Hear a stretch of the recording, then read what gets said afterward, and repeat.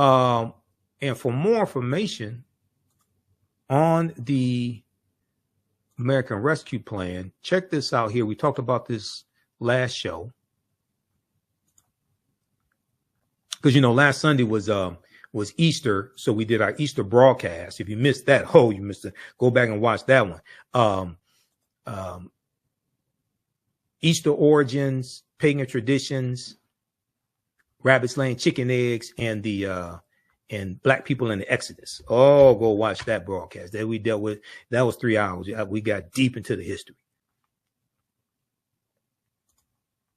You know, I've talked about this document here before because I like to deal with facts and evidence. Proper documentation ends all conversation.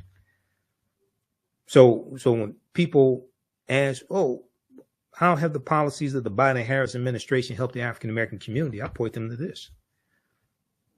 Last updated February 27, 2023. They have a new one that came out February 2024 that streamlined. It's like 9 pages. This is a 36-page document that takes you through policy by policy to show you how the policies of the Biden-Harris administration are helping the African-American community. Republicans overwhelmingly are against these policies and voted against them, the ones that passed the House and the Senate. Fact sheet, the Biden-Harris administration advances equity and opportunities for Black Americans and communities communities across the country. But they talk about the American Rescue Plan in here. I talk about lowering energy costs and creating economic opportunities through the Inflation Reduction Act. They go through and talk about the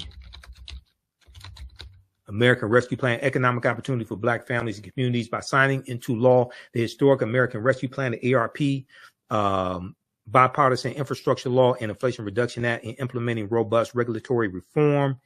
Biden has led the most equitable economic recovery on record, creating more than 12 million jobs. It's now 15 million jobs, a net 5 million jobs. African Americans, as of February 2024, got 2.6 million of the 15 million jobs.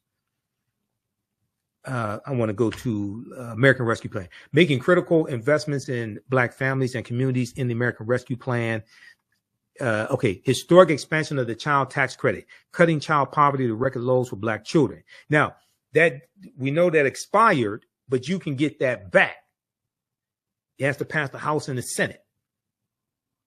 I doubt if it passes this House of Representatives controlled by Republicans. There has been some talk about that, but they can't even get a budget passed. But this is one of the reasons why Democrats, and I'm neither Democrat nor Republican, but sure as hell ain't stupid. I can see whose policies overwhelmingly are more beneficial for African Americans, and I can see who overwhelmingly keeps voting against our own interests. Overwhelmingly is Republicans at the federal level that overwhelmingly keep voting against our own interests. To understand all this, you have to understand history, economics, law, and politics. Help. History, economics, law, and politics. Historic expansion of the child tax credit, cutting child poverty to record lows for Black children. The American Rescue Plan provided cash relief directly to low and middle income Americans and cut Black child poverty more than half in 2021. Okay, read the rest of that. Supporting child care providers and reducing child care costs for Black families. The American Rescue Plan provided a $39 billion lifeline to help child care providers stay open and compensate early childhood educators as they provide safe and healthy environments for children and help parents work. States have already delivered American Rescue Plan stabilization grants to more than 200,000 child care providers, 1 in 5 of whom are Black, serving as many as 9.5 million children and their families. Okay, read the rest of that. Helping Black Americans stay in their homes. The American Rescue Plan helped Americans, including African Americans, stay in their homes by providing emergency rental assistance. Over 8 million households were served by emergency rental assistance. As of June 2022, African Americans were the largest group that received help, representing more than 41% of aid recipients. Representing more than 41% of aid recipients. Why didn't Candace Owens talk about how the American Rescue Plan helped Black people stay in their homes?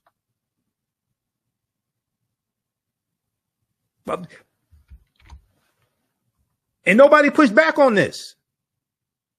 I don't understand things like this. Why didn't she talk about this? She said she's voting for Trump in 2024. What? She criticized the coronavirus packages, the stimulus packages. Why didn't she talk about how she says she's for the black community? Why didn't she talk about how this is help keep black people in their homes?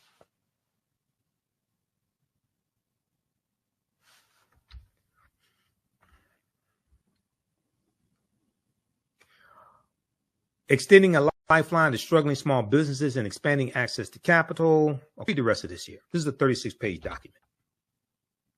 Because when Simple Simons on social media put this disinformation out like this, I hit them back with facts and evidence. I don't argue with stupid ass people. I don't do that. This is allergy season. I'm allergic to BS. I don't argue with stupid ass people. I don't do that. I just hit them with facts and evidence, let them go read this. Now you come back and talk to me when you've read this. And then some people say things like, now I dealt with this when I did my presentation for the Detroit Reparations Task Force here in Detroit, March 2nd, 2024. And we have that presentation streaming here on our network, dealing with the case for municipal reparations. And you have some people say, oh, well, we were on race specific programs. We only wrote programs for black people. Race specific programs are illegal at the federal level. And a lot of states, like the state of California, have laws that ban race specific programs, which is why their recommendations for reparations that came from the California Reparations Task Force, that's why it's based upon lineage as opposed to race, because that's illegal.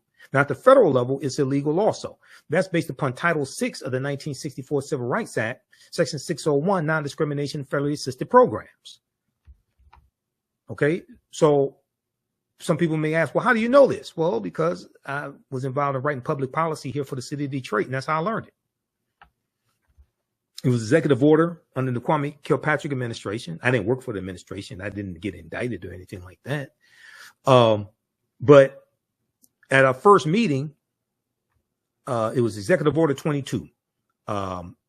In our first meeting, corporate counsel, Sharon McPhail, told us it's illegal to have policies that are only for one race of people or only for African Americans. She said, but what we can do is we can craft policy that disproportionately helps African Americans. Okay. So that's what we did. So I talked about this in my presentation because we unfortunately don't understand history, don't understand law, which makes us susceptible to these black social media disinformation agents that you hear me talk about. Okay. The podcast pimps and the social media whores out here putting out this misinformation and don't back it up with facts and evidence. And they say they want race specific policies, but don't cite this and don't tell you why it's illegal. Title VI of the 1964 Civil Rights Act, non-discrimination federally assisted program, Section 601. Go to archives.gov, which is the U.S. National Archives, search for the 1964 Civil Rights Act and read it. You can read the whole thing there for yourself. No person in the United States shall, on the ground of race, color, or national origin, be excluded from participation in, be denied the benefits of, or be subjected to discrimination under any program or activity receiving federal financial assistance.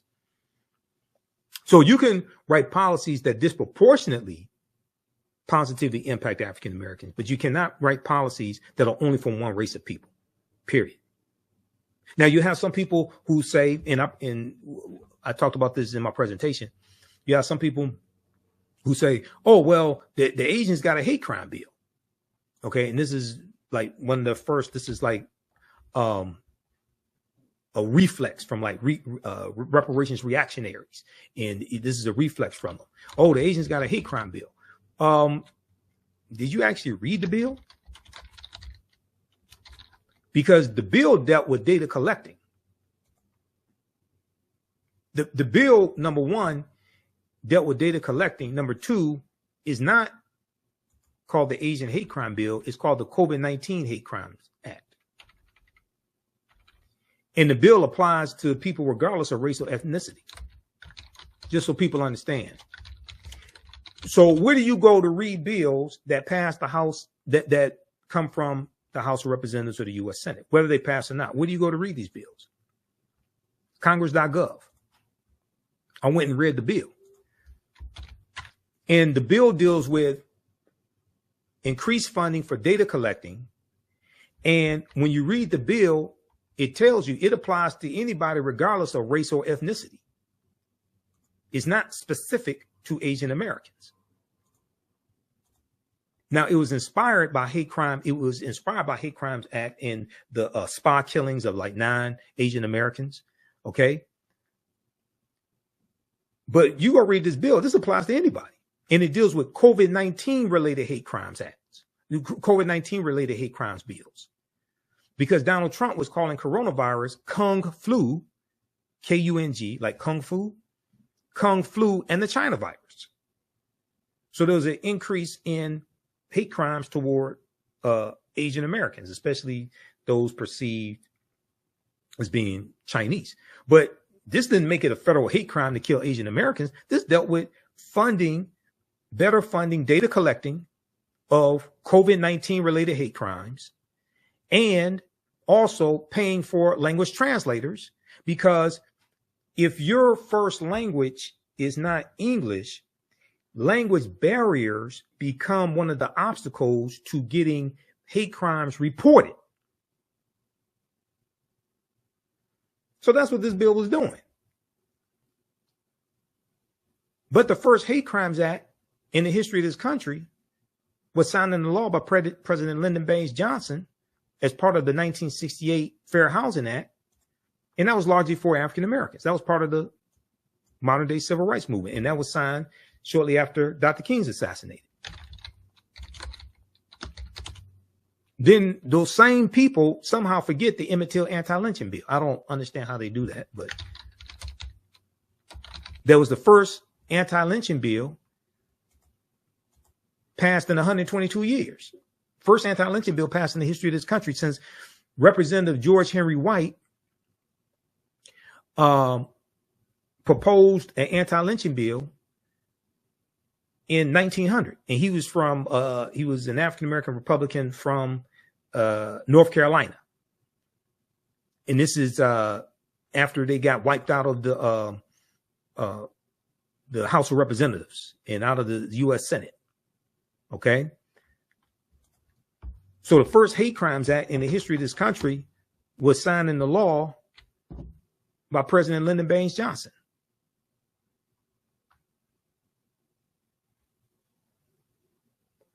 Then in 2009, you had the Matthew Shepard and James Byrd Hate Crimes Prevention Act.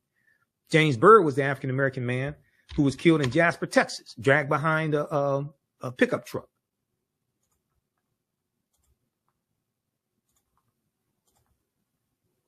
Go read this. This is from justice.gov, U.S. Department of Justice, Civil Rights Division, Matthew Shepard and James Byrd Hate Crimes Prevention Act of 2009.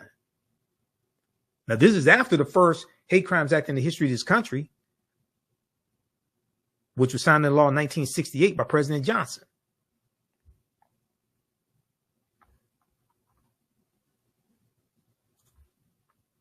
Okay, now, I want to go to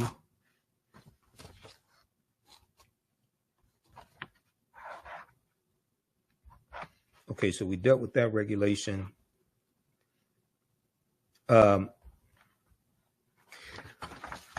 I hear people like Candace Owens say Trump was better for the economy, that's why they're going to vote for Trump again, people have a short memory.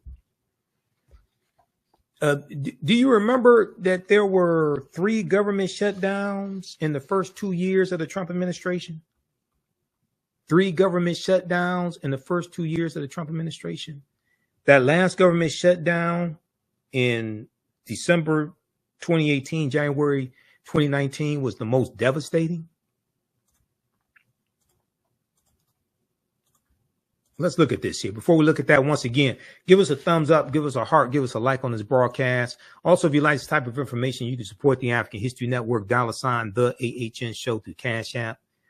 $ the AHN show through Cash App and through PayPal, paypal.me/the AHN show. This helps us keep doing the research, stay on the air, keep broadcasting, pay some of the bills. Because like I said, I'm the one that does the research here. Okay. I don't have all these people that work for me and all these corporations and all that behind me. And I don't have none of that. Visit our website, AfricanHistoryNetwork.com, AfricanHistoryNetwork.com. I just paid the bill for the hosting of the website also. Okay. That's what I paid bills this weekend. Paid for the website, paid Constant Contact their money so we can send the email blasts out. Yeah, I paid a number of bills this weekend. All right. Visit our website, AfricanHistoryNetwork.com. AfricanHistoryNetwork.com. Scroll down the page. We have our Cash App information, $ the AHN show. And when you go to it, it'll say Michael, show my picture there. These are some fake African History Network Cash App accounts. You can click right here on the link, and it takes you to our QR code as well. And we have our link for PayPal also, paypal.me/the AHN show. But register for the online history classes that I teach on Saturdays. Ancient Kemet, the Moors, and the Ma'afa, understanding the transatlantic slave trade, what they didn't teach you in school. We deal with thousands of history and what leads up to the transatlantic slave trade taking place. Our next class is Saturday, April 13th, April 20th, April 27th, and May 4th. Okay. We do the sessions live. All the sessions are archived and recorded. You can go back and watch it anytime. Classes on sale $60. It's $130 value. Content is PG-13. You can use this with your children. We also have the class lesson plan here for all 10 plus classes. You can download the class lesson plan and see the type of content that we cover. All right. Okay, let's continue here. Now, and let's post this here. And give us a thumbs up, give us a heart, give us a like on this broadcast. Share this information on your social media platforms. Follow us on our Facebook fan page, The African History Network, on Facebook, The African History Network on Facebook, and on YouTube, Michael Imhotep, IMHOTEP on YouTube. All right, barely treading water while the shutdown disproportionately affects Black Americans. Now, this deals with the last government shutdown. That was the most severe. And these are just articles from my files. Articles I have bookmarked, things like this. And some of these we've talked about before here on the show. Oh, you know, before we go to that, there was another one dealing here with the so-called Asian hate crime bill I wanted to show you all. This is from the Washington Post.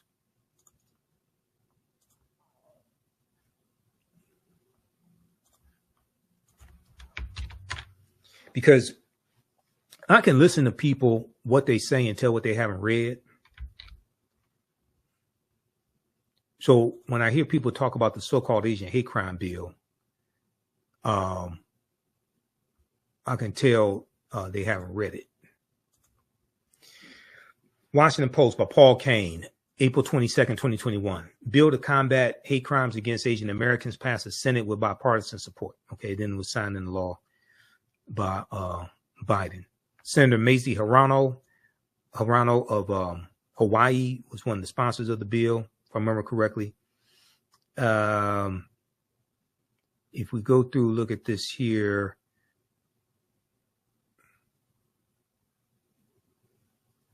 Senator Josh Hawley, the Republican from Missouri, who gave a fist up to the insurrection of January 6th, he voted against the bill.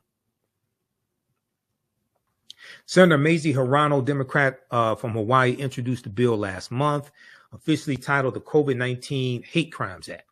The COVID-19 Hate Crimes Act, not the Asian hate crime bill, based on a year's worth of rising attacks after the pandemic began in Wuhan, China.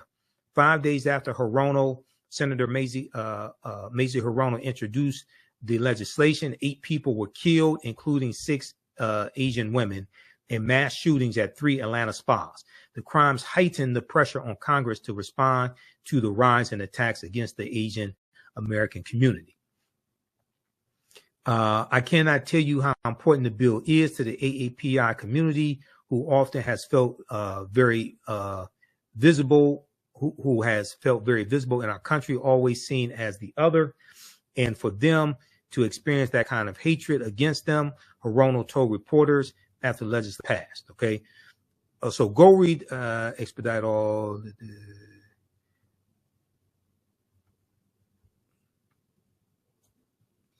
With Representative Grace Ming, Democrat, New York, as the lead House sponsor of the House in the House of Representatives, the legislation would assign an official in the Justice Department to review and expedite all reports of hate crimes related to the coronavirus, expand support for local and state law enforcement agencies responding to these hate crimes, and issue guidance on mitigating the use of racially discriminatory language to describe the pandemic.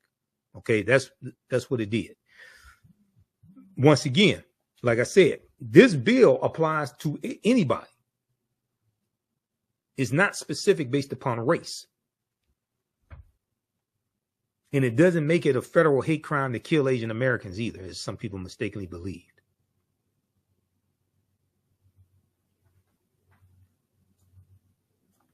Republicans at first hesitated to adopt a position on the legislation, which carefully avoids mention of former President Donald Trump's comments about the Kung flu and China virus as possible inspiration for attacks on Asian Americans, but the inference is easily understood.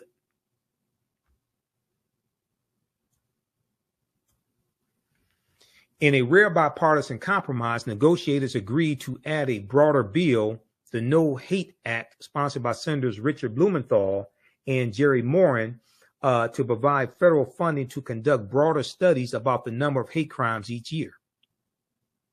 Okay, read the rest of this article here. Bill to combat hate crimes against Asian Americans passed the Senate with bipartisan support.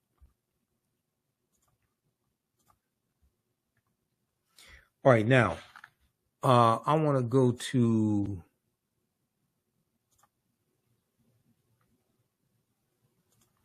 this one here. This is from National Public Radio, NPR.org. Barely treading water. Now, this dealt with the third of the 3 government shutdowns that happened during the first 2 years of the Trump administration.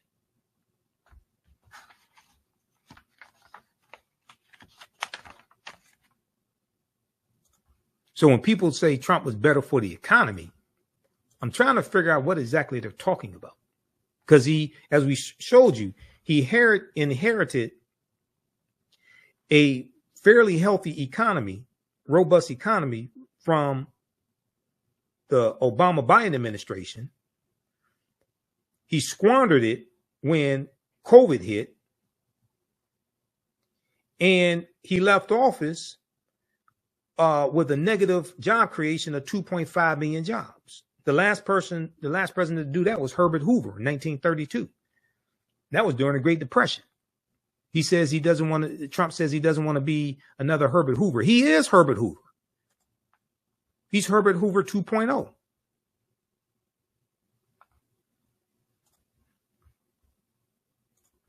Barely treading water while the shutdown disproportionately affects Black Americans. January 14th, 2019. This is by Ari Shapiro, NPR.org, National Public Radio. As the government shutdown enters its 4th week, becoming the longest in United States history, federal workers around the country are struggling to make ends meet. Now, African Americans make up 18% of federal workers. We're disproportionately represented in federal workers because the federal government, they were the first ones to implement affirmative action.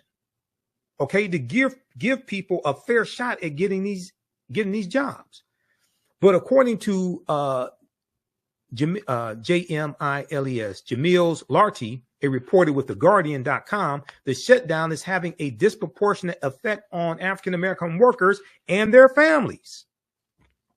African Americans make up a higher percentage of federal workers than they do of the non-government workforce. That's in part because for generations, government work has provided good wages and job security to African Americans who face more overt discrimination in the private sector. So when you talk about putting incompetent people in charge of the government, whether it's in the House of Representatives, whether it's in the U.S. Senate, or whether it's in the executive branch of the federal government, you're increasing the chance of government shutdowns, which disproportionately harm African Americans. Ari Shapiro of the National Public Radio's All Things Considered sat down with Larty to talk about some of the ways this disparity is playing out right now. Okay, so they talk about, so this was an interview here, and I have some things highlighted here on page 4. Could you explain the history that led to our situation today where African Americans make up a higher percentage of the federal workforce than they do the private sector? Okay, James, Jamil Larty said the federal government obviously has its own untoward history of racial discrimination, from underwriting redlining. Redlining goes back to 1937, coming from the Homeowners Loan Corporation, underwriting redlining and federal mortgage programming and excluding African Americans from New Deal programming. A lot of the New Deal programs discriminated against African Americans, even though some we were able to get some assistance from, but we were discriminated against as well from those, especially like the GI Bill in 1944, 1945. But it also has been the institutional vanguard of the nation's slow march towards equality, more so than the private sector at large and more than most state and local governments. In 1941, President Franklin Delano Roosevelt signed Executive Order 8802 that I talked about on Roland Martin Unfiltered on Friday, March 5th, because it was A. Philip Randolph who led the Brotherhood of Sleeping Car Porters. It was A. Philip Randolph who threatened to put 100,000 African Americans marching on Washington if President Roosevelt did not sign an executive order to desegregate the Department of Defense jobs for African Americans. Okay, so this was June 1941. This was when America was part of what's called the arsenal of democracy, the arsenal of democracy, and the U.S. was making military weapons and military equipment and vehicles for the Allied forces. This is before the U.S. actively gets involved in fighting in World War II, because of which starts with the attack on Pearl Harbor, December 7th, 1941. So this is June 1941. All right. So this article talks about how they give the credit to President Roosevelt, but no, he was pushed by A. Philip Randolph and the Brotherhood of Sleeping Car Porters. This is why Executive Order 8802 was signed. It wasn't out of the benevolence of President Roosevelt's heart, but he was a white man who could be pushed to do the right thing. Just like President Lyndon Johnson was a white man from Tennessee, a segregationist from Tennessee, who could be pushed to do the right thing. Okay. Donald Trump, on the other hand, is one who largely can't be pushed to do the right thing. In 1941, President Franklin D. Roosevelt signed Executive Order 8802, which banned racial discrimination in the Department of Defense industry. And that's largely seen as the most important move in support of the civil rights of African Americans from Reconstruction. Now, Reconstruction is 1865 to 1877. From Reconstruction all the way to 1964, when the Civil Rights Act was passed.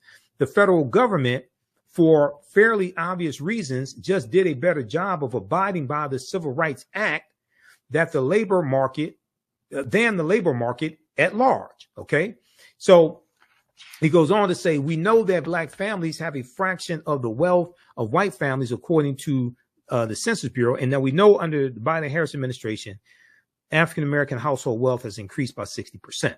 Okay. Now that's not enough. It needs to increase by more, but it's going in the right direction. It just needs to accelerate and move faster. But you wanted to increase by 60%. You don't want it to decrease by 60%. You want it to increase, but it has to accelerate. It has to go faster. We know that Black families have a fraction of the wealth of white families, according to the Census Bureau. For every $100 in white family wealth, Black families have just over $5. Now, this was back in 2021. So back in 2018, 2019. So what does that mean when Black government workers start missing a paycheck? The answer: the profound racial wealth gap in the U.S. makes it far more difficult for the average Black American to sustain a long period without a paycheck as compared to white Americans. Then you have Black women's equal pay day. And how it takes the average African American woman 20 months to make the same amount of money that the average white man makes in 12 months. And African American women over their working lifetime lose about $1 million in lost earnings. Black Enterprise has an article on that dealing with Black women's equal pay day, which you talked about a number of times here on the show.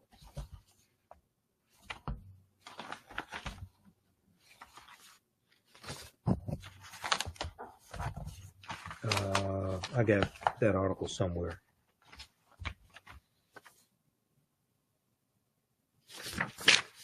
Okay. We should note that the disparity in wealth is probably much less acute among federal workers. We don't have numbers of Black federal workers' wealth versus white federal workers' wealth. It's probably much closer than the broader disparity, but overall, Black Americans are less likely to have friends, family, networks, access to credit, you name it, things that will help you survive a period without a paycheck. They're less likely to have it. Okay. Now, if we fast forward through this and go through one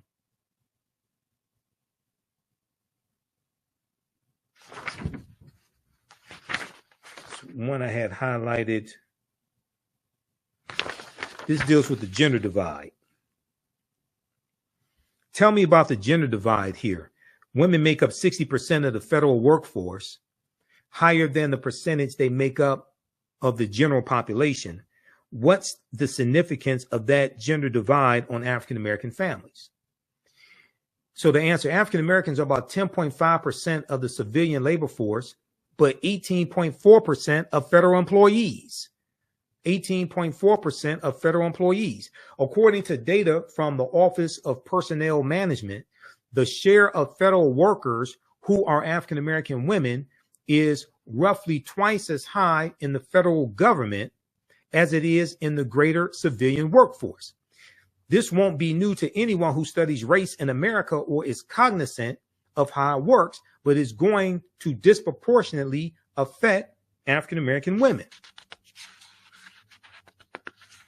Okay, read the rest of this article here.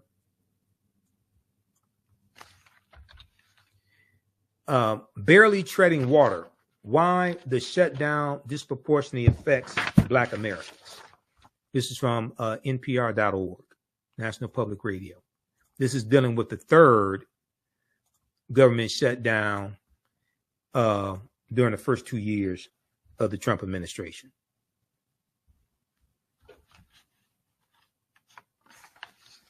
Okay, now I'm not going to go through all these articles. I'm just looking at, see what I want to cover.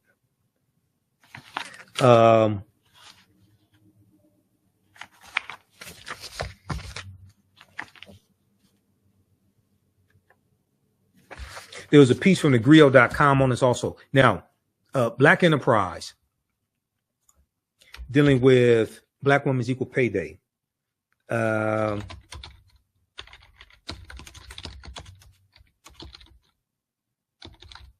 This deals with how the average African American woman loses out over $1 million in their careers thanks to the wage gap.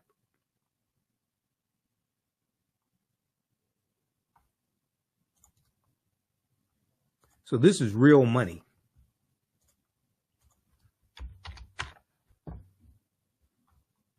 Okay, this is blackenterprise.com. This is from October 17th, 2019, a piece by Justin Barton.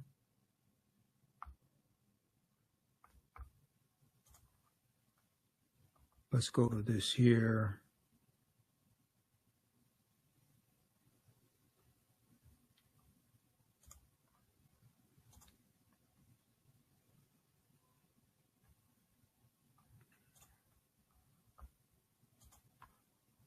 All right.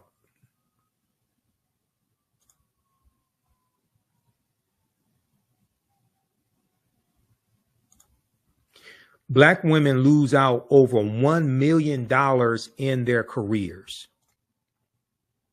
Black women lose out over $1 million in their careers thanks to the wage gap. This is from blackenterprise.com, October 17th, 2019, by Justin Barton. Let me close out some of these tabs here.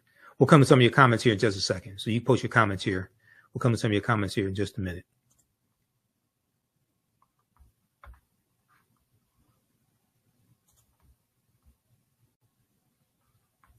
Let's see. A black woman will lose out on $946,000 over a 40-year career if she continues to make 61 cents on the dollar that every white man earns due to the wage gap.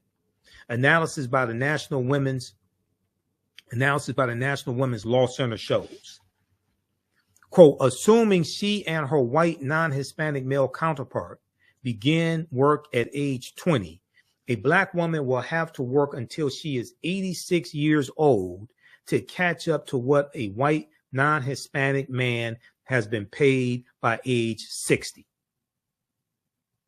Okay, an African-American woman has to work until she's age 86 to catch up to what a white non-Hispanic man has been paid by the age of 60. The National Women's Law Center found that African-American women face even larger pay disparities in certain states. In the state of Louisiana, black women were paid on average 47 cents for every dollar their white non-Hispanic male counterparts make, which is the worst state for black women's wage equality back at the time in 2019 when this article came out. Probably hasn't changed a whole lot, maybe improving some, but 2019. There's a significant racial wealth gap in America, and black women's wage certainly plays a role in it, said Emily Martin, Vice President for Education and Workplace Justice. For many black women, the cost of the long time wage gap comes close to $1 million. And in some states, it's more. And in some states, it's more. It's time for the U.S. Senate to follow the lead of the House and pass the Paycheck Fairness Act. Women and their families literally can't wait any longer. Okay, so read the rest of this here. They talk about student loan debt. Now, we know that student loan debt continues to be discharged. So this article came out under the Trump administration. We know student loan debt continues to be discharged under the Biden-Harris administration. So far, $144 billion for about 3.9 million people has been discharged. It would have been more, but Donald Trump's 6-3 conservative Supreme Court struck down the executive order that President Biden did on student loan forgiveness. This is another reason why the courts are so important, especially the Supreme Court and federal courts. These are lifetime appointments. This is why this is so important. This piece here from thegrio.com, experts state that the shutdown has deeply affected black families. Now, this is from thegrio.com. Also, there was one from, I think this is one from NBCnews.com as well. This was, or CNBC.com. Black women make nearly $1 million less than white men during their careers. Now, this is from August 3rd, 2021. I'm just looking at articles. Then I have bookmarked because I have thousands of articles bookmarked because of the type of research that I do.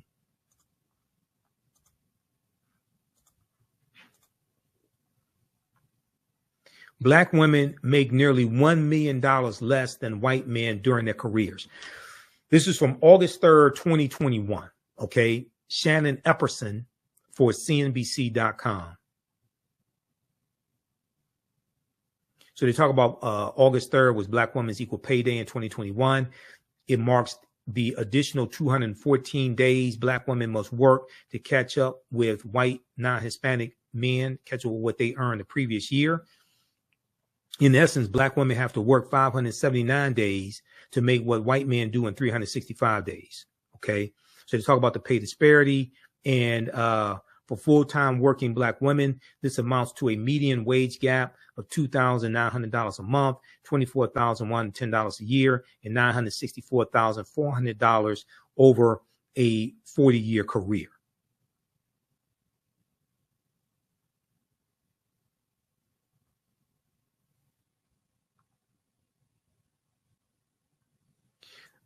Research shows black women face a persistent pay gap, including in jobs that have been essential during the pandemic.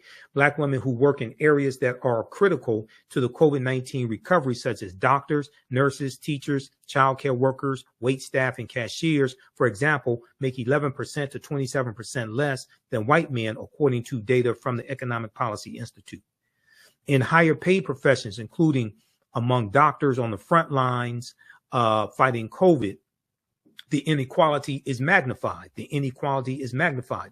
White male physicians and surgeons make $63.41 an hour on average. African-American women in these positions make less than $46.59 an hour, the Economic Policy Institute found. Okay, read the rest of this piece here also. Black women make nearly $1 million less than white men during their careers.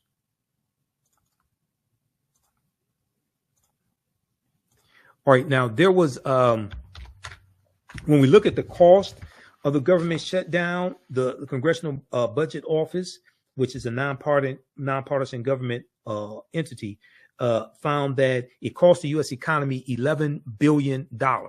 This is incompetence, okay? This is just an example of the incompetence of Donald Trump mishandling the economy when he was in office. So all these people who think Donald Trump was some type of economic genius, now this is the same guy who is found liable for fraud in the state of New York for over assessing the value of properties, and has to pay a $450 million settlement. Okay. And he can't sit on the board. He can't run a business in the state of New York for the next 3 years. But somehow this same genius is qualified to run the federal government and qualified to run a government of 330 million people. You can't make this stuff up.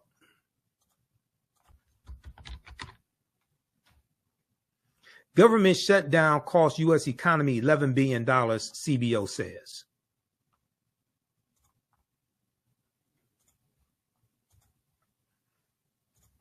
Now, this is from the New York Times, January 18th, 2019.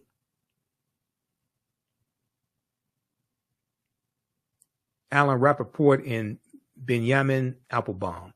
The 5-week federal government shutdown took a significant economic toll, costing the United States economy $11 billion, with nearly a quarter of that total permanently lost, the Congressional Budget Office said on Monday. The figures are the first official projection of the economic effects of the longest federal shutdown in history. Donald Trump made history. The longest federal shutdown in history, and they show that its cost was nearly double the $5.7 billion request from President Donald Trump for a border wall that fueled the impasse. That is enough to reduce first quarter growth by 0.4 percentage points. Okay, read the rest of this. So this incompetence from specifically Donald Trump and the Trump administration cost the U.S. economy $11 billion.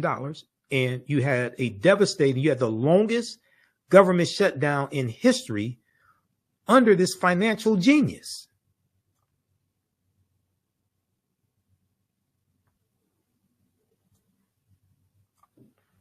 You can't make this stuff up. I don't know why anybody didn't bring this up on a Breakfast Club interview.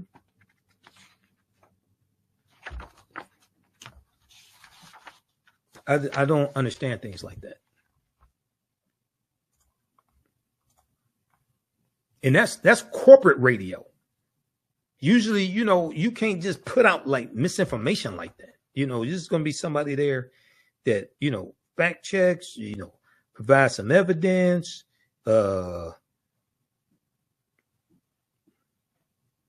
nothing.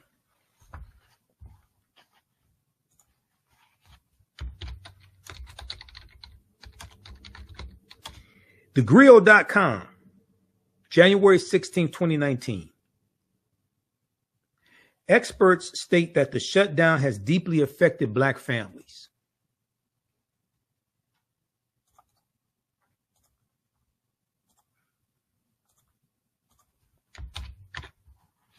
Experts state that the shutdown has deeply affected Black families. While Americans have felt the financial hit from the shutdown, no community has felt the economic sting more than African Americans. So I'm still trying to figure out how Candace Owens is going to say everybody was doing better under Trump. And therefore, she's going to vote for Donald Trump in 2024. I don't understand things like that. Experts state that the shutdown has deeply affected Black families. While all Americans have felt the financial hit from the shutdown, no community has felt the economic sting more than African Americans.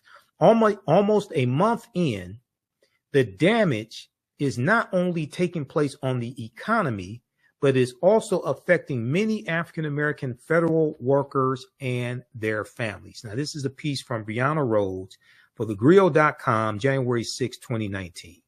Okay. The nation is in the midst of the longest running government shutdown in U.S. history. According to BusinessInsider.com, 800,000 federal employees and millions of government contractors are currently going without pay. After a month in, the damage is not only taking place on the national economy, but is also affecting African-American workers, African-American federal workers and their families. So they cite the piece from NPR.org that I cited as well, Ari Shapiro and Jamil's Larty. So they talk about that piece here. Okay, so you can read the rest of this as well.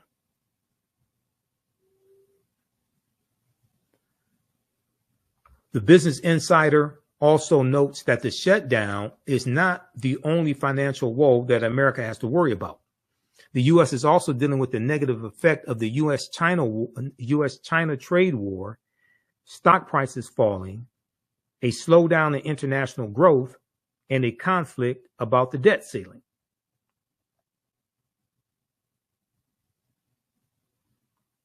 All right, read the rest of this one here. But Donald Trump is supposed to be such a financial genius.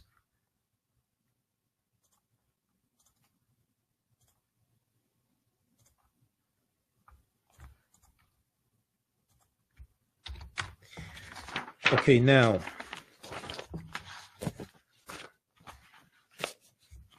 I had like 7-8 articles on it, but we'll just deal with those. That's enough.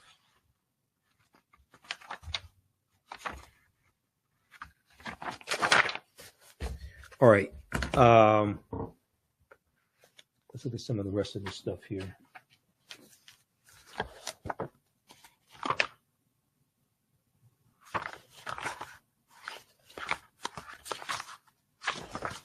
So when you talk about Donald Trump is better for Black people,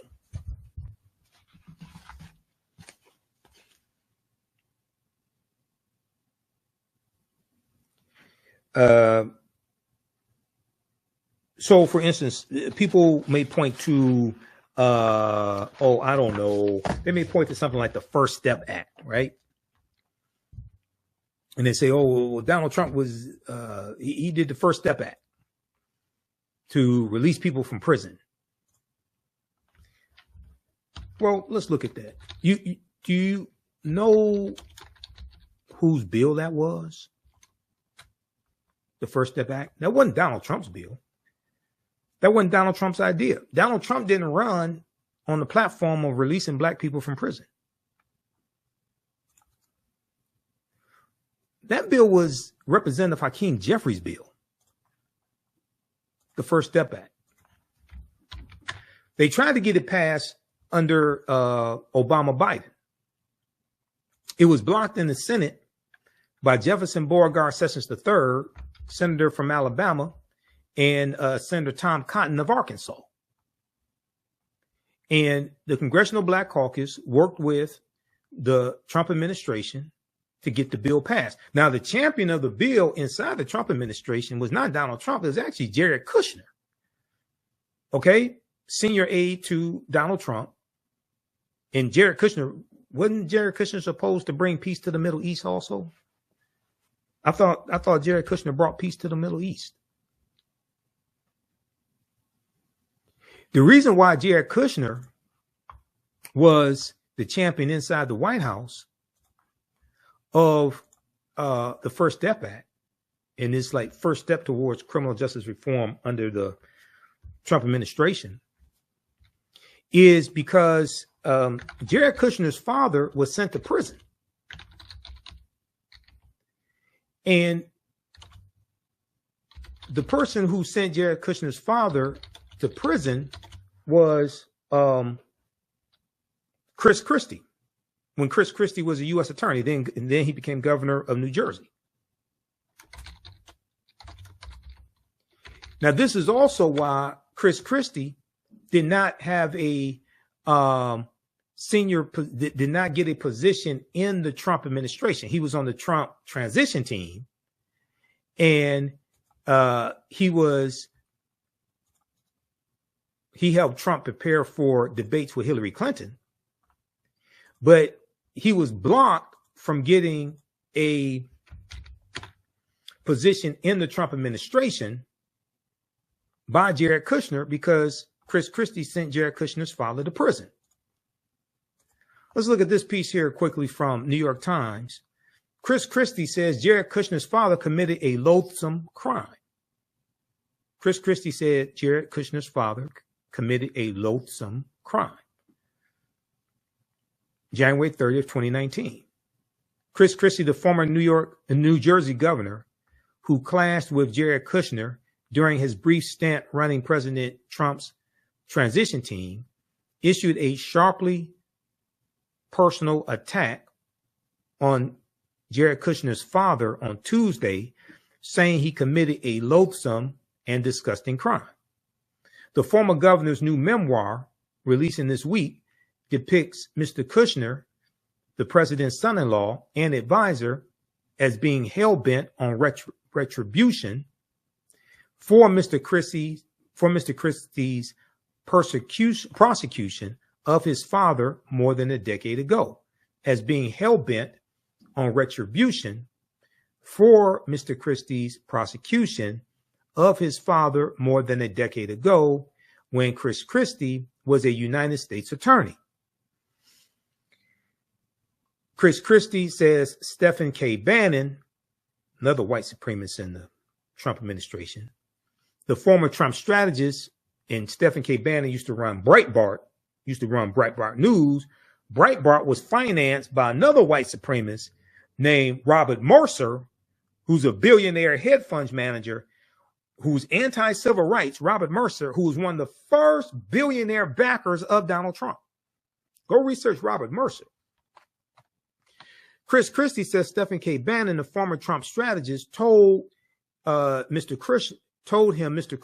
Kushner had directed his firing from the transition team, and he paints Kushner as a shadow campaign manager and chief of staff who offered questionable advice.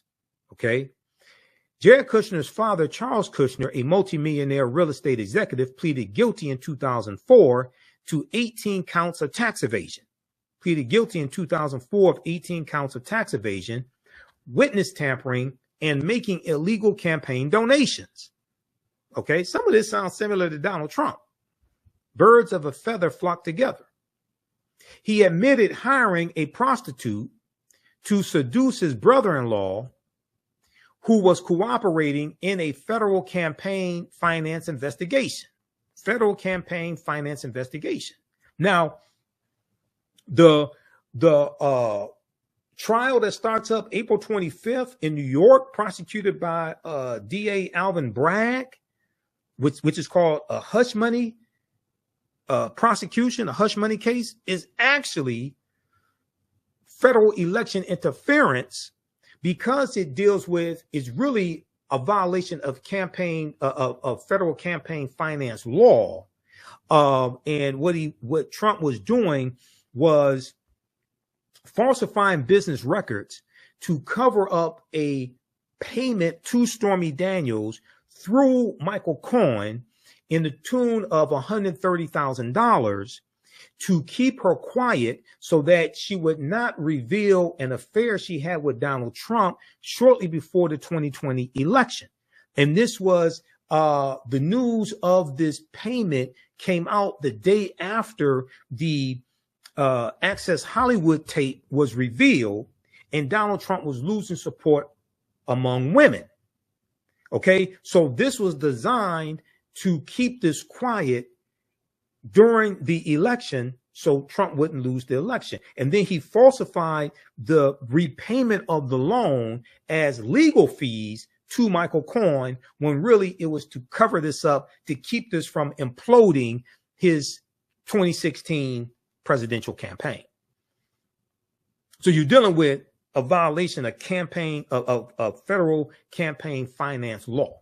All right. So Jared Kushner's father, Charles Kushner, admitted hiring a prostitute to seduce his brother-in-law, who was cooperating in a federal campaign finance investigation, then videotaping the sexual encounter and sending it to the man's wife, Jared Kushner's sister. So this is why Jared Kushner's father went to prison, rightfully so. Who sent him to prison? Chris Christie. Read the rest of this here, just so you understand the background. So the person pushing for criminal justice reform in the White House wasn't Donald Trump. He wasn't the impetus of this. It was Jared Kushner. This is from the New York Times. Chris Christie says Jared Kushner's father committed a loathsome crime.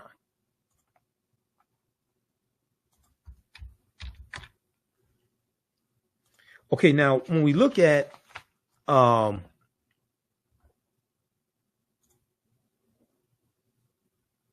was showing you this here because people like to talk about the First Step Act, but they don't say, well, who was behind that?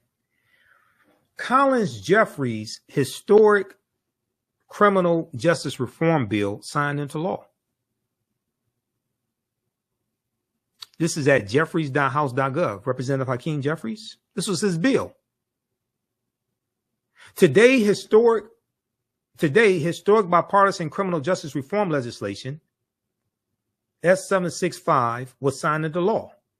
The First Step Act of 2018 is based on the formerly incarcerated Reenter Society Transformed Safely Transitioning Every Person Act, First Step Act. That's what it stands for. It's an acronym. Formerly incarcerated Reenter Society Transformed Safely Transitioning Every Person Act, First Step Act. Co-authored by Representative Hakeem Jeffries, Democrat of New York, and Republican Congressman Doug Collins, that overwhelmingly passed the House of Representatives in May, May 2018. The legislation will propel formerly incarcerated individuals towards success when they return home, while enacting targeted reforms that would improve public safety and reduce recidivism. Its authority, it authorizes $375 million over 5 years to develop new programs, including education, vocational training, and mental health counseling. Consequently, newly released individuals will be positioned to successfully re-enter society. So when people talk about the First Step Act, why don't they give Representative Hakeem Jeffries the credit for this? Like I said, they were trying to get this passed under Obama Biden, but it was blocked in the Senate by Senator Jeff Sessions of Alabama, who's against criminal justice reform and then became Trump's first attorney general, where he reversed criminal justice reform measures in the Department of Justice. And it was blocked by Senator Tom Cotton of Arkansas. With respect to sentencing reform, the First Step Act will increase public safety and engineer much needed changes to draconian sentencing laws connected to the failed war on drugs. It modifies the 3 strikes law to make it more humane, increases judicial discretion to reduce sentences for low-level nonviolent drug offenders, and provides retroactive relief for thousands unjustly sentenced during the crack cocaine era. Representative Hakeem Jeffries said the First Step Act is a victory for all Americans who believe in justice and the power of redemption. This bill would transform lives by providing access to mental health counseling, education, job training, and substance abuse treatment needed to help incarcerated individuals get back on their feet and become productive members of society. It also provides retroactive relief for the shameful crack cocaine sentencing disparity that unfairly destroy lives, families, and communities. The First Step Act is not the end. The First Step Act is not the end. It's not even the beginning of the end. It's simply the end of the beginning of a bipartisan journey to eradicate mass incarceration, the mass incarceration epidemic in America. Highlights of the bill include addressing crack cocaine sentencing disparity. Before the year 2010, those convicted for crack cocaine related issues received a sentence of 100 times harsher than that of those convicted of cocaine related offenses. The First Step Act of 2010 reduced that disparity to 18-1. The Fair Sentencing Act of 2010 under Barack Obama, under President Obama, the Fair Sentencing Act of 2010 reduced that disparity to 18-1. The First Step Act makes that change retroactive, thereby reducing the sentences of thousands of individuals serving unduly heavy sentences. Okay, it curtails juvenile solitary confinement. Focus on dignity for women. Being pregnant while incarcerated can be a harrowing experience. There are far too few guarantees for the health and safety of both mother and baby, etc. Okay, requirement to move people closer to home, etc. So read the rest of this. Reduce mandatory minimums. The bill reduces second strike mandatory minimums of 20 years to 15 years and reduces the third strike mandatory minimum of life in prison to reduces that to 25 years in prison. It also solves the 924C stacking problem by prohibiting the application of recidivist mandatory minimum enhancements for repeat offenders who commit certain firearms offenses to conduct within the same indictment. Okay. All right. So read the rest of this here. I don't have time to get through all of this. Collins Jeffries Historic Criminal Justice Reform Bill signed into law. This is at jeffries.house.gov. Representative Hakeem Jeffries, because this was his bill. Somehow he doesn't get credit for anything. People just give credit to Donald Trump. Oh, he had criminal justice reform, all this stuff. And the one pushing for the criminal justice reform in the White House was largely Jared Kushner.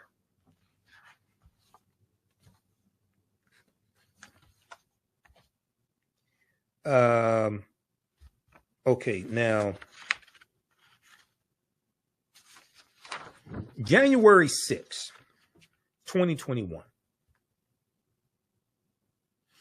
January 6th insurrection, I've talked about a number of times before, and how that is really a continuation of the violence that we saw the political violence we saw during the Reconstruction era that brought an end to Reconstruction, which collapses in 1877.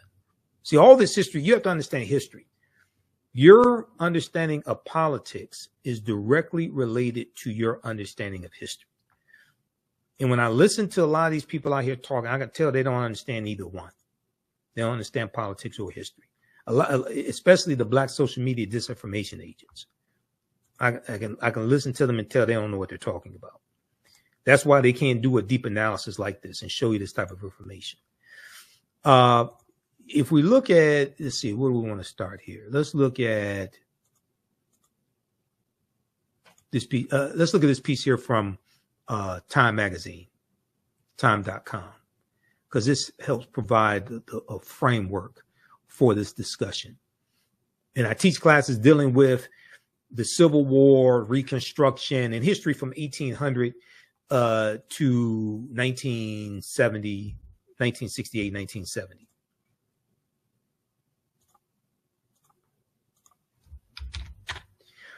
This piece here from Time Magazine deals with how the history of the Reconstruction era is not being taught in schools across the country. A new report finds that 45 states are failing to teach students about the period that shaped race relations after the Civil War. Now, the Civil War is 1861 to 1865, the U.S. Civil War. Okay. Now, some people may ask, well, that was a long time ago. What does that have to do with today? Okay. What does the U.S. Civil War have to do with today? And what does the Reconstruction era, 1865, 1877, have to do with today? I'm glad you asked that question.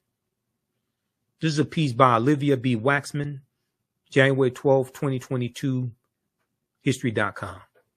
In the aftermath of the insurrection a year ago, so you're talking about January 6, 2021, at the U.S. Capitol, many leading historians drew parallels between the violence that we saw January 6, 2021 and the Reconstruction era, 1865 to 1877, the period of political revolution directly following the American Civil War.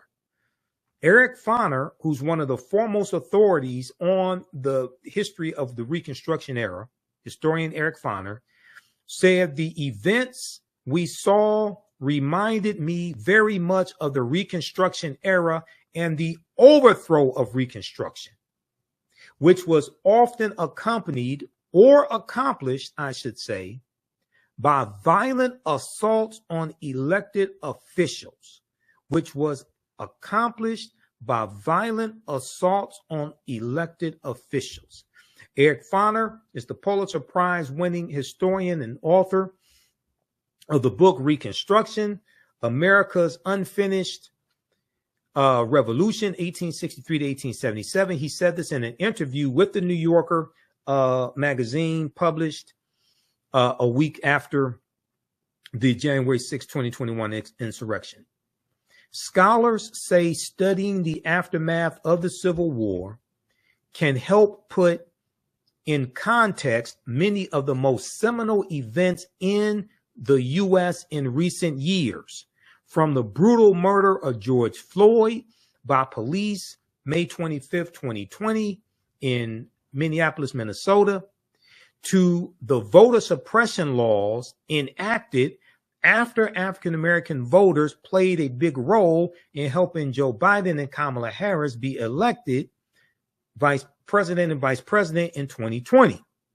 Because the January 6, 2021 insurrection was fueled by racial animus, especially directed to the voter results in the 2020 election in Detroit, where I live, Atlanta, Georgia, Milwaukee, Wisconsin, and Philadelphia, Pennsylvania.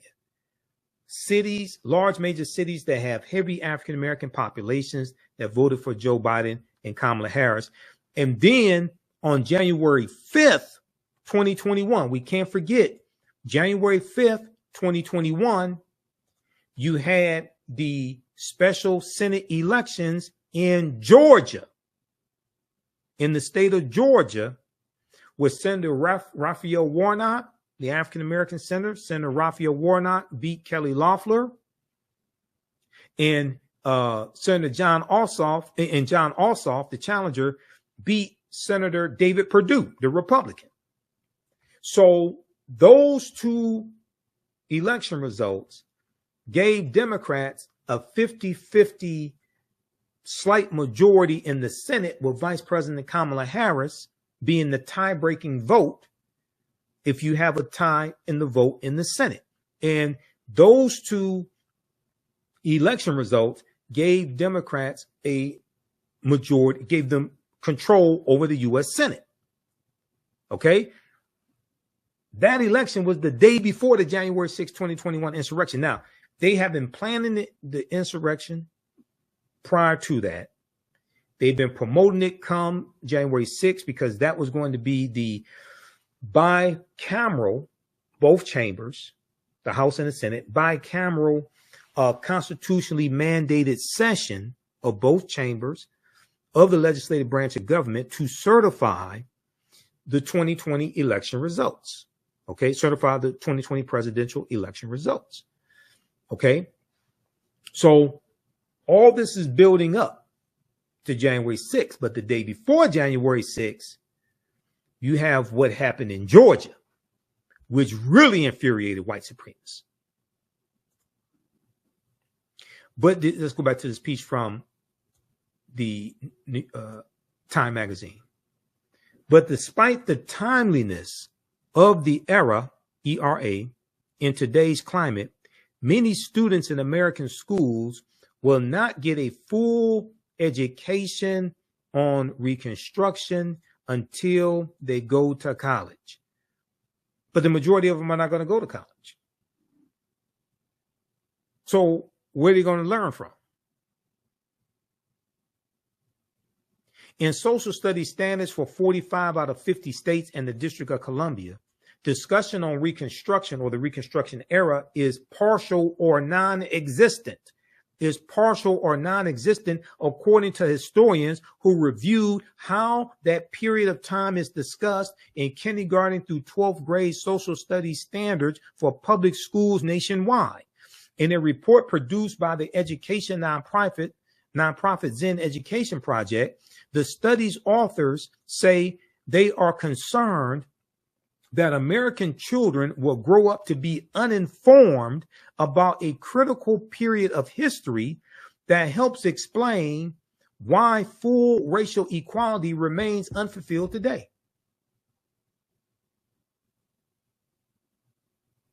Okay, go read the rest of this article here. A new report finds that 45 states are failing to teach students about the period that shaped race relations after the Civil War. This is from Time magazine, January 12, 2022.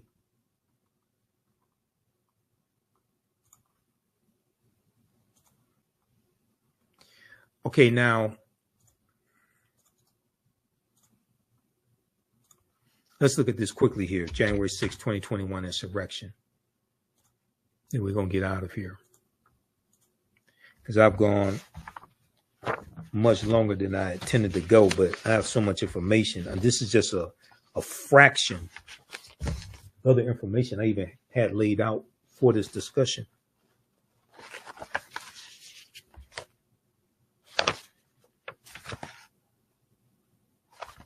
Okay, let's look at this here. I want to make sure I get those articles in.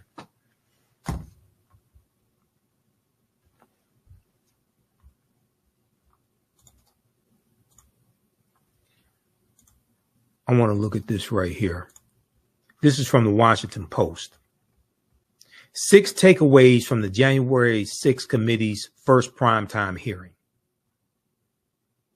Millions of people watched the January 6 congressional hearings, especially in prime time. 6 takeaways from the January 6 committee's first primetime hearing. This is analysis by Amber Phillips, June 10th, 2022, for the Washington Post. And let's see. Okay, number one, the committee holds Trump responsible for the attack. A lot of this I'm going to skip over. I wanted to go to, let's see. Okay. Number two, how the committee plans to tell its story.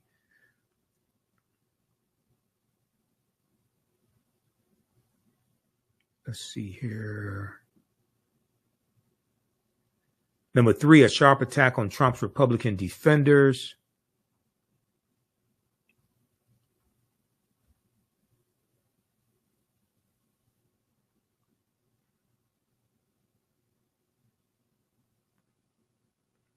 Number four, how Trump influenced the Oath Keepers and Proud Boys. How Trump influenced the Oath Keepers and Proud Boys. If the attack was not spontaneous, as the committee says it was not, what led to it? The committee alleges that right-wing extremist groups were motivated by Donald Trump himself. The committee spent a large chunk of Thursday's hearing introducing Americans to two of these groups, the Proud Boys and the Oath Keepers, and making the case of how Trump's statements and tweets influenced their actions and eventually their violence. Now, the Proud Boys are the ones that Donald Trump said during the debate with then candidate Joe Biden. He told him to stand back and stand by.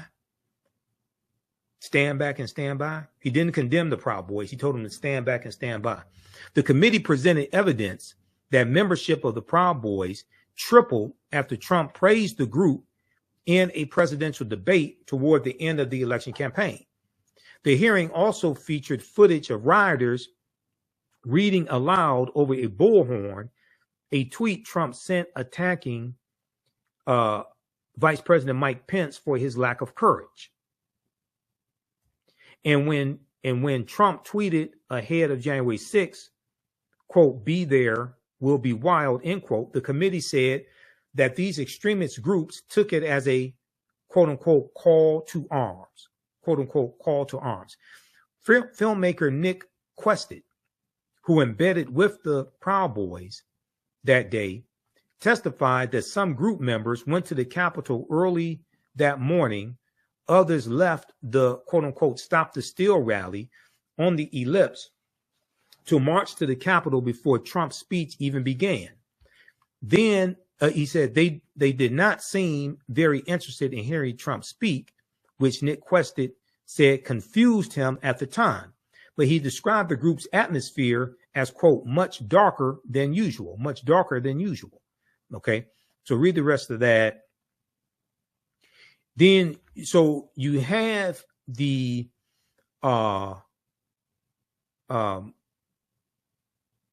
racial animus toward African Americans voting for Biden and Harris.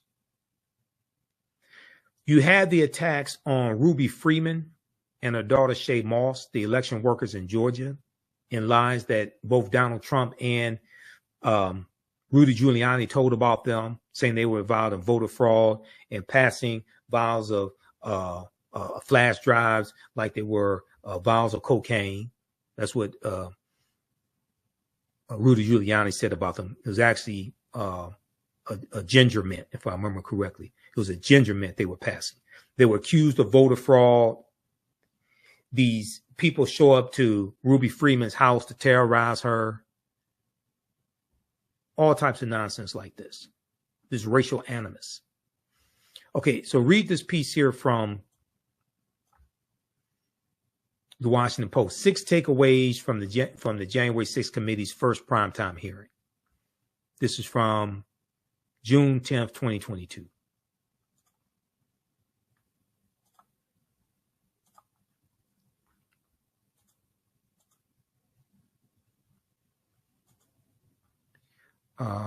And then there's another one I want to look at here that I was looking at.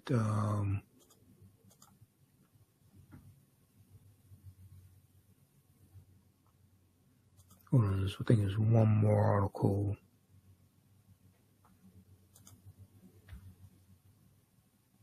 Oh, this one right here. This is from PBS.org, Public Broadcasting System. How race played a role in the Capitol insurrection. This is June 11th, 2022.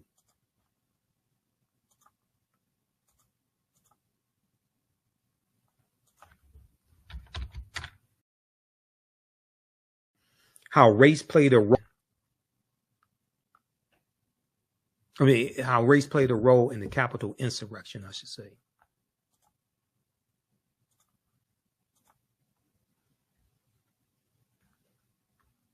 June 11th, 2022.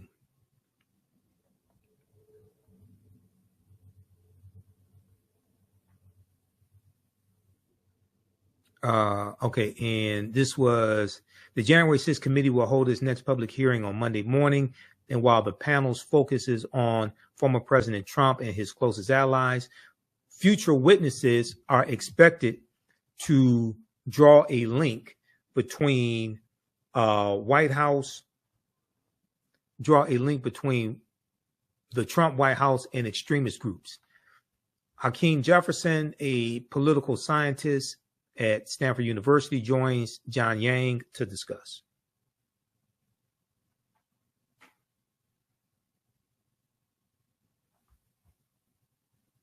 Okay, so you can go through and read this full transcript. Okay,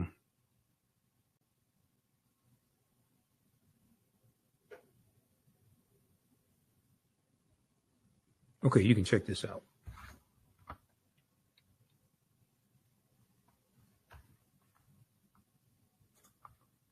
So you have the January 6th insurrection and the big lie. The lie that Donald Trump lost because the election was stolen. You have that feud about racial animus. Okay. But let's not forget about the attack on critical race theory and diversity, equity, and inclusion.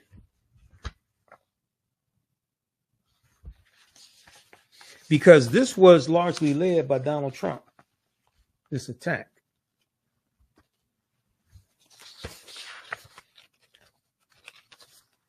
So people may ask, well, what do you mean by that? Okay. Let me show you.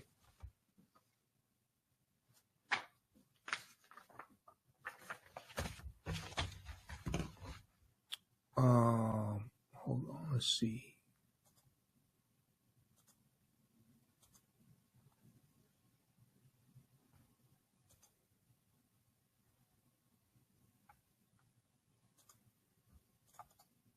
Also, take a look at this piece here from NBCnews.com on January 6th, insurrection.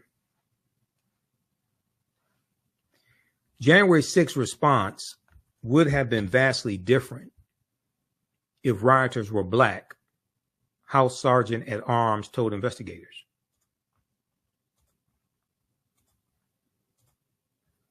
January 6th response would have been vastly different if rioters were black, House Sergeant at Arms told investigators. William J. Walker, who was the head of the D.C. National Guard during the insurrection, also indicated that he thought more people in the crowd would have died if the mob had been largely black instead of overwhelmingly white. This is William J. Walker, testified before a Senate Homeland Security and Governmental Affairs Committee hearing in Washington, D.C. on March 3rd, 2021.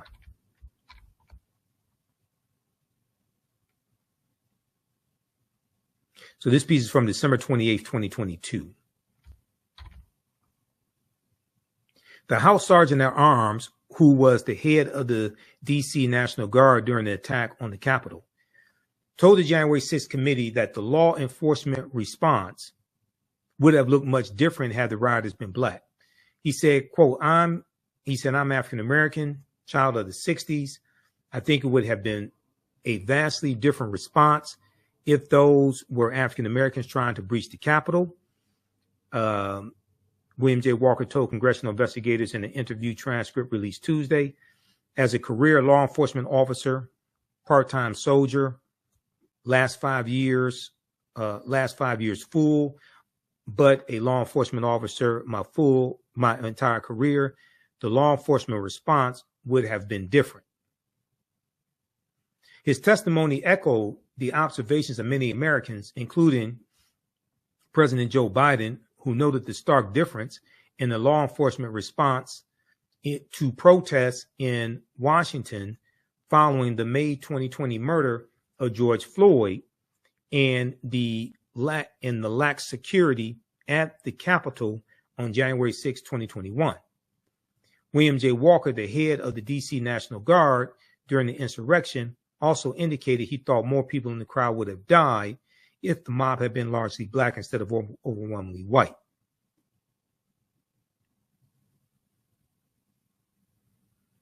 All right, so read the rest of this piece also.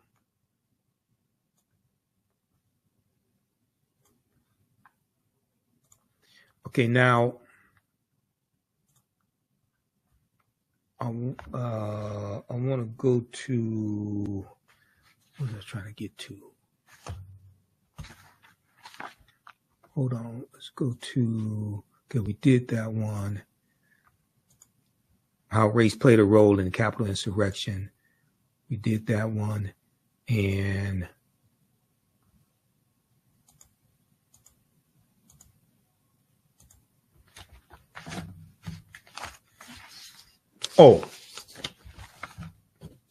attack on critical race theory. That's what I was trying to think of. Okay, so this goes back to September 2020.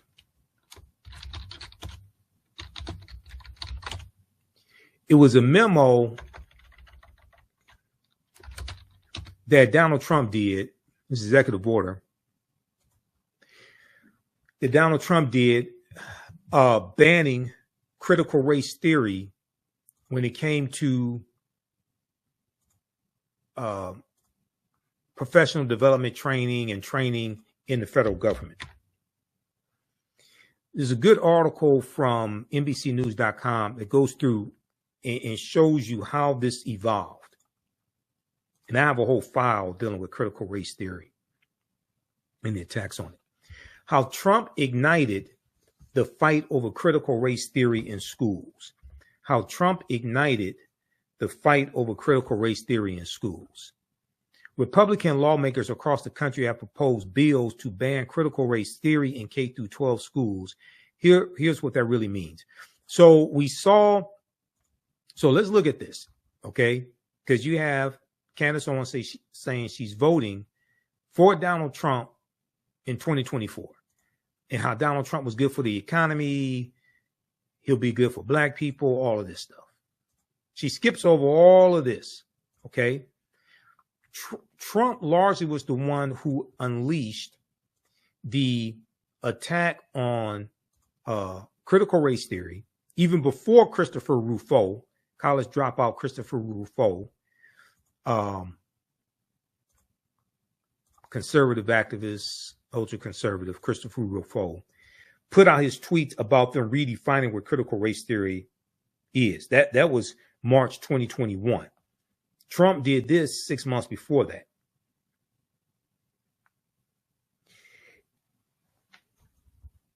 And because of the big lie being pushed by Trump and Trump allies that the election was stolen, then we saw a rash of voter suppression bills coming out of state legislatures, starting with Georgia Senate Bill 201. Okay. And we've got one from Mother Jones. I've got to show you about that before we get out of here, because this is critical. And who was behind that bill?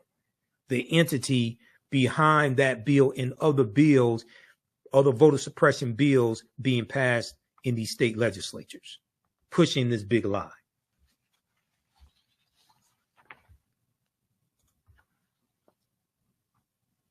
So this piece is from May 10th, 2021, right? It talks about right here, a cluster of bills that aim to prohibit teaching critical race theory in K-12 schools have popped up in the last year. They go and talk about Donald Trump 2020. Conservative leaders have been accused of using the decades-old academic term critical race theory, initially intended to recognize the systemic racism inherent in American life. They've been accused of using it as a catch-all for anti-racism and diversity efforts. A catch-all for anti-racism and diversity efforts. The proposed policies mimic former President Donald Trump's September 2020 memo ordering the Office of Management and Budget to stop funding training on critical race theory for federal employees, calling it a propaganda effort. This is what Donald Trump unleashed. Around that same time, Donald Trump condemned the 1619 Project, a Pulitzer Prize winning 2019 New York Times report led by reporter Nicole Hannah-Jones that holds that America was truly founded not in 1776, but 1619, when the first enslaved people were brought to the British colonies. Now, there's some problems with the 1619 Project. We dealt with that here on the show before. That doesn't mean to attack it or ban it or vilify it or something like that. Educators embraced this message from the 1619 Project and began utilizing the project and looking for resources to teach a more holistic history of the country. Donald Trump launched the 1776 Project or 1776 report. Donald Trump said, I don't know anything about the date 1619. The date I know about is 1776. Donald Trump rebuked the 1619 Project as a warped, distorted portrayal of American history. Both the memo that he did, September 2020, and this attack on the 1619 Project sparked the commission of the 1776 report, meant to combat the contents of the 1619 Project. The countrywide uprisings in the wake of George Floyd's death only fueled the matter, with pundits debating the nation's fraught history of racism. Thus, although President Joe Biden reversed Trump's initial ban in January 2021, the ban on critical race theory being taught to federal training, things like this, Trump reversed that ban. The seed had already been planted. Also, Biden reversed Trump's ban. Also, Biden removed the 1776 report from whitehouse.gov, the first official website of the White House, and Biden disbanded the 1776 commission also. All right, read the rest of this article here. How Trump ignited the fight over critical race theory in schools. This is at NBCnews.com.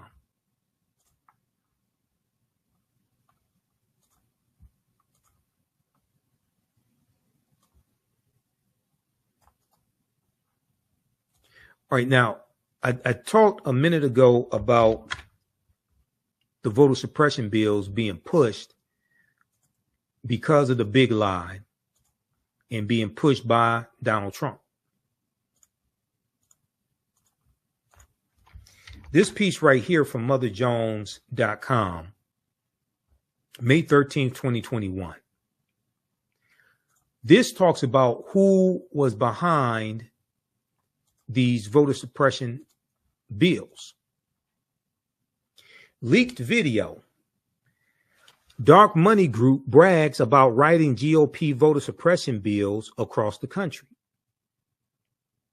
Quote, we did it quickly and we did it quietly, end quote, said the executive director of Heritage Action, Now, this is a good piece by Ari Berman, who used to write for thenation.com, because he wrote a series of articles dealing with voter suppression during the 2016 presidential election. Ari Berman and Nick Sergey for Mother Jones. Okay. And this article talks about how in a closed door meeting, a private meeting with big money donors, the head of a top conservative group boasted that her outfit had crafted the new voter suppression law in Georgia and was doing the same with similar bills for Republican state legislators across the country. Doing the same with similar bills for Republican state legislators across the country. Now, this is Jessica Anderson, who is the executive director of Heritage Action for America. She said in some cases, we actually draft them for them, or we have a sentinel on our behalf, give them the model legislation so it has that grassroots from the bottom up type of vibe, end quote. The Georgia law, Senate Bill 201, had 8 key provisions that Heritage Action for America recommended. Jessica Anderson, the executive director of Heritage Action for America, said. Now, this is the sister organization to the Heritage Foundation, the right-wing think tank, the Heritage Foundation. The 226 federal judges that Donald Trump got confirmed, they were largely suggested to him by lists that came from the Federalist Society and the Heritage Foundation. These ultra-conservative right-wing judges, as well as Supreme Court nominations. Jessica Anderson said this at a private meeting to donors at an April 2022, April 22nd gathering in Tucson, Arizona, in a recording obtained by the Watchdog Group, documented and shared with Mother Jones. Those bills included policies severely restricting mail ballot drop boxes, preventing election officials from sending absentee ballot request forms to voters, making it easier for partisan workers to monitor the polls, preventing the collection of mail ballots, and restricting the ability of counties to accept donations from nonprofit groups seeking to aid in election administration. All of these recommendations came straight from Heritage Action for America's list of best practices drafted in February. With Heritage help, Jessica Anderson said Georgia became, quote, the example for the rest of the country. So the article talks about how Georgia was the blueprint, and then all those bills that popped up in other state legislatures, Heritage Action for America, they were the ones behind crafting that legislation that was operating based upon the big lie. But this is designed to suppress the voting rights of African Americans, Latinos, Asian Americans, and those who are leaning towards voting Democratic. And there were 81 million people who voted for Joe Biden and Kamala Harris, 16.9 million of them African Americans in 2020.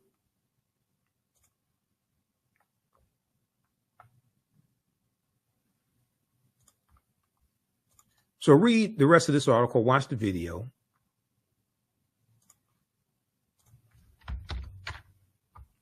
Okay, so this is all behind that. And then you had the Heritage Foundation that in 1980, they put out a document, they put out a book, I should say. They put out a book of 2,000 policies that they wanted implemented by the Reagan administration. The name of the book is called Mandate for Leadership. Mandate for Leadership. The Reagan administration implemented 60% of those policies in the first term.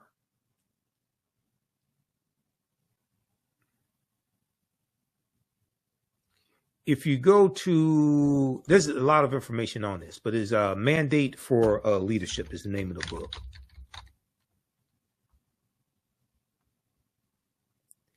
Now, Ali Velshi on MSNBC, Velshi, he did a really good segment on this. I think it was back in October 2022. You can look that up.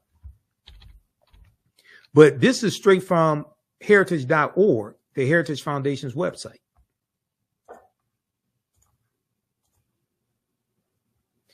Reagan and Heritage, a unique partnership, June 7, 2004. Reagan and Heritage, a unique partnership. And when we look at this here, let's zoom in on this. The partnership began in 1980 when Heritage, the Heritage Foundation, provided the president-elect's transition team with detailed policy prescriptions on everything from taxes and regulation to trade and national defense. The published version of these recommendations, the 1,100-page Mandate for Leadership,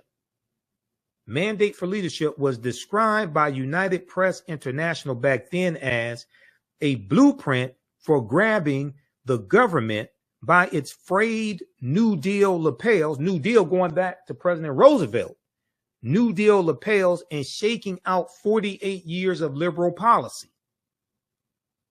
The new president, Ronald Reagan, used Mandate for Leadership to help realize his vision of a world free of communism, an economy that did not crush people's dreams with high taxes and regulations, and an America that would admire that, and an America the world could admire once again. So Reagan continued the reversal of policies beneficial for African Americans. The reversal that began under Richard Nixon, because you had Richard Nixon, then Nixon has to resign from office in August 1974. So then you have Gerald Ford that continues his term. Then you have Jimmy Carter, 76 to 80. Then Ronald Reagan comes in for 8 years. And then George H.W. Bush continues that Reagan-Bush era for another 4 years.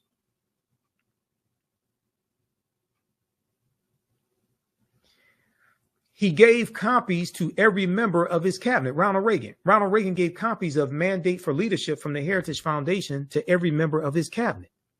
The result, nearly 2/3 of a mandate for leadership, nearly 2/3 of mandates for leadership, 2,000 policy recommendations were adopted or attempted by the Reagan administration.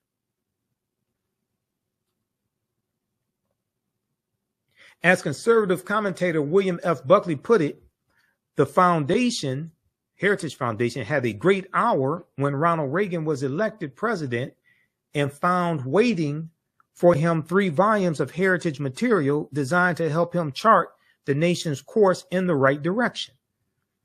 60% of the suggestions enjoined on the new president were acted upon, which is why Ronald Reagan's tenure was 60% successful. Read the rest of this. Now, this worked back in 1980. The Heritage Foundation is trying to run the same game if Donald Trump somehow wins in 2024. They're calling it Project 2025. Have you heard of Project 2025? August 29th, 2023. This is from the Associated Press.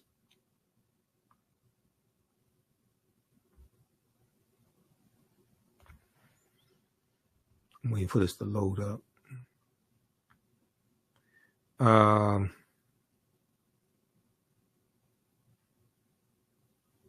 Conservative groups draw upon plan to dismantle the U.S. government and replace it with Trump's vision.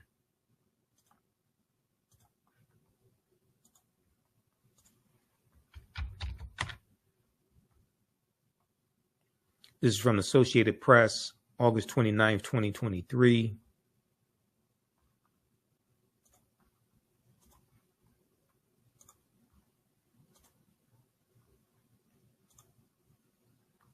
Conservative groups draw up plan to dismantle the U.S. government and replace it with Trump's vision.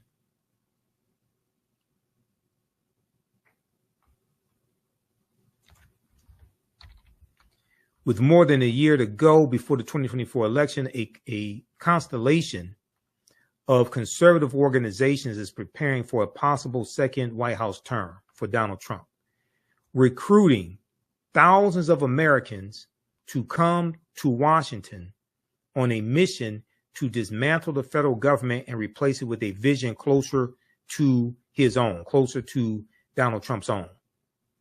Led by the long-established Heritage Foundation think tank and fueled by former Trump administration officials, the far-reaching effort is essentially a government in waiting for the former president's return or any candidate who aligns with their ideas and can defeat President Joe Biden in 2024.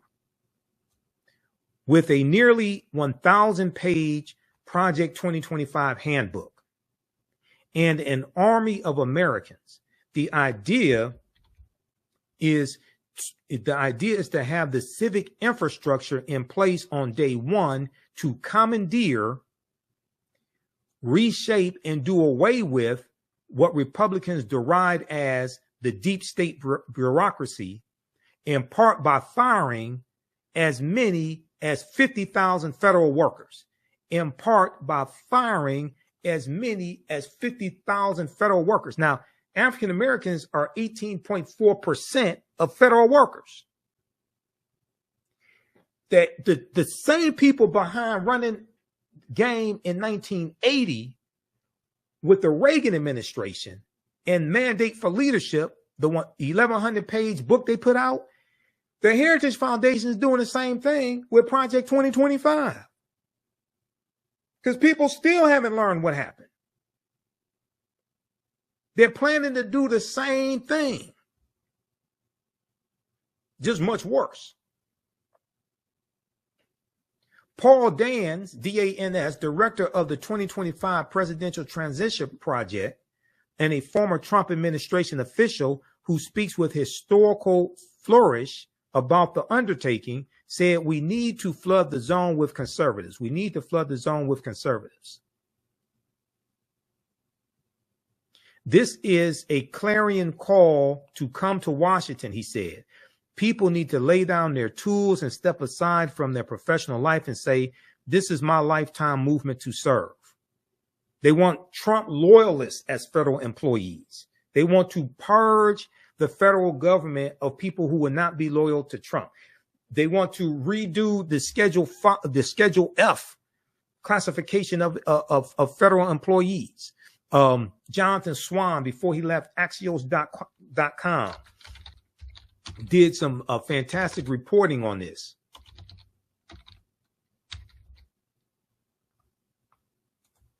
This is a piece from Axios, and some of this you're going to have to read through because I got to get the hell out of here. We've gone 3 hours. It's a lot longer than I thought, but I got so much information. This is just a fraction of the information that I have.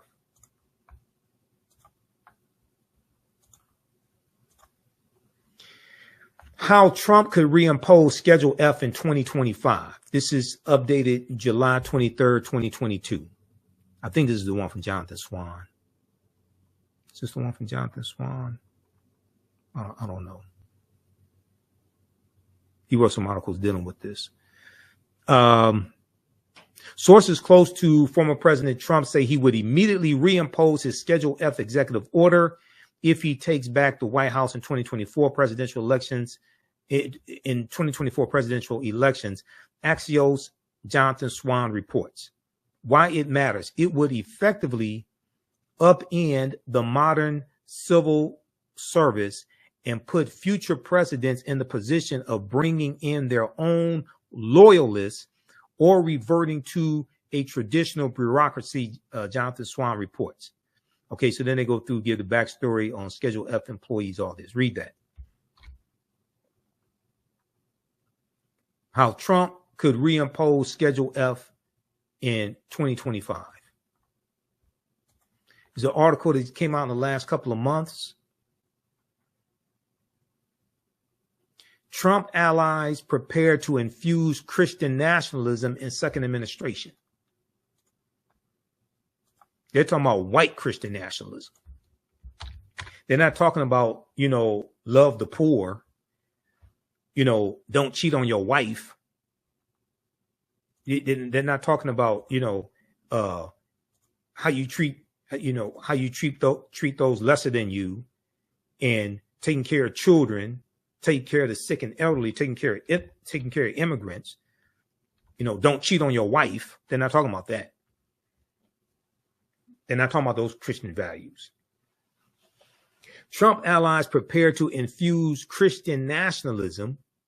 It should say white Christian nationalism in second administration. Spearheading the effort is Russell Vought, V-O-U-G-H-T, president of the Center for Renewing America, part of a conservative consortium preparing for Trump's return to power. That's a picture of Russell right there. So if you see him again, you know who we're talking about. February 20th, 2024, Axios.com. An influential think tank close to Donald Trump is developing plans to infuse Christian nationalist ideas in his administration should the former president return to power, according to documents obtained by Politico. Spearheading the effort is Russell Vought, who served as Trump's director of Office of Management and Budget, okay? The OMB, Office of Management and Budget, during his first term, and has remained close to him. Vought, who is frequently cited as a potential chief of staff in a second Trump White House, is president of the Center for Renewing America think tank, a leading group in a conservative consortium preparing for a second Trump term. Christian nationalists in America, or white Christian nationalists in America, believe that the country was founded as a Christian nation and that Christian values should be prioritized throughout government and public life. There's a separation of church and state. It wasn't founded on Christian values. The quote unquote founding fathers had a distinct separation between church and state. As the country has become less religious and more diverse, Russell Vought has embraced the idea that Christians are under assault and has spoken of policies he might pursue in response. Okay, read the rest of this. I don't have time to get through all this. Trump allies prepare to infuse Christian nationalism in second administration. This is from Politico.com. So I hear black people like phenotypically black, like Candace Owens, talking about supporting Donald Trump in 2024, and Trump is better for America. Everybody was doing well under Trump. Trump is better for Black America. I have absolutely no idea what the hell they're talking about.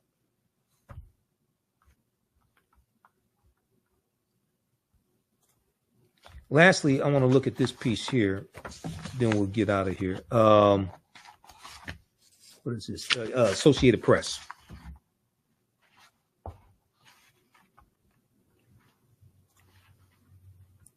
A surge in wealth has boosted most U.S. households since 2020 and helped sustain economic growth. Because African-American household wealth on average has increased by 60%. Now it needs to increase more. It's not enough, but I'd rather have it increase by 60% than decrease by 60%. I'd rather have 15 million jobs created under Biden Harris than lose 15 million jobs. In a net creation of 5 million jobs. I'd rather have that than lose 5 million net jobs. I'd rather have 15 million created than lose 15 million. A surge in wealth has boosted most U.S. households since 2020 and helped sustain economic growth. Associated Press, October 18th, 2023. The net worth of the typical U.S. household grew at the fastest pace in more than 3 decades, from 2020 through 2022, while relatively low interest rates at that time made it easier for households to pay their debts, according to the government report Wednesday. Now, we know interest rates increased to slow down inflation. The Fed didn't raise interest rates this last time around. It's expected in 2024, interest rates are going to fall. Wealth for the median household, the midpoint between the richest and poorest households, jumped 37%. Those 3 years, the Federal Reserve reported to nearly 193,000.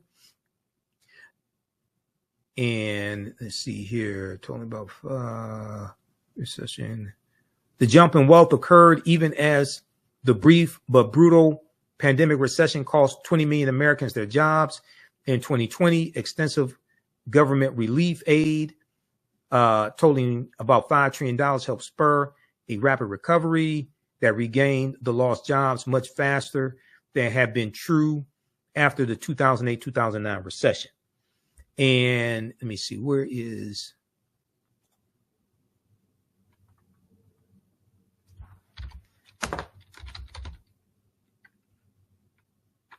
Household net worth rose more on a percentage basis for Black and Hispanic households than for white ones.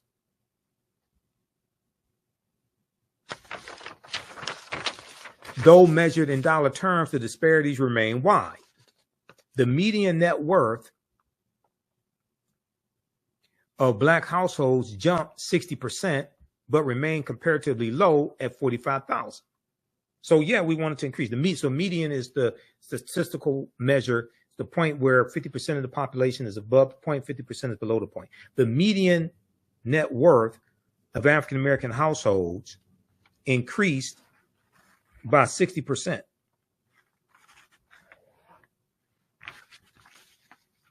For Hispanics, the figure surged 47% to nearly 62,000. Among white households, median household net worth rose 31% to 285,000. So yes, we need more, but I'd rather have it increase by 60% than decrease by 60%. So we need to accelerate the growth, but continue the trend. All right. So that's going to wrap it up here. Visit our website, TheAfricanHistoryNetwork.com, TheAfricanHistoryNetwork.com. Register for the online history classes I teach on Saturdays and Sundays. On Saturdays, Ancient Kemet, the Moors, and the Ma'afa, understanding the transatlantic slave trade, what they didn't teach you in school. We have classes April 13th, 20th, 27th, May 4th. Register for that. Download the lesson plan and support the African History Network, $ the AHN Show through Cash App, through PayPal, paypal.me/the AHN Show. Right now, it's correct. Wrong behavior is not over till we win. Wakanda forever. We'll talk to you next time. Thanks for joining us. Peace.